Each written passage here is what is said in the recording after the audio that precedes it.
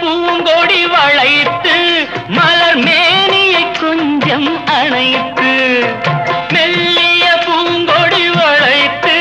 மலர் மேனியை கொஞ்சம் அணைத்து இதழில் தேனை குடித்து ஒரு இன்ப நாடகம் நடித்து இதழில் தேனை குடித்து ஒரு இன்ப நாடகம் நடித்து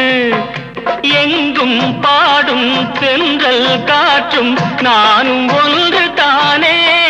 இன்ப நாளும் இன்று தானே பாடும்போது நான் தென்றல் காற்று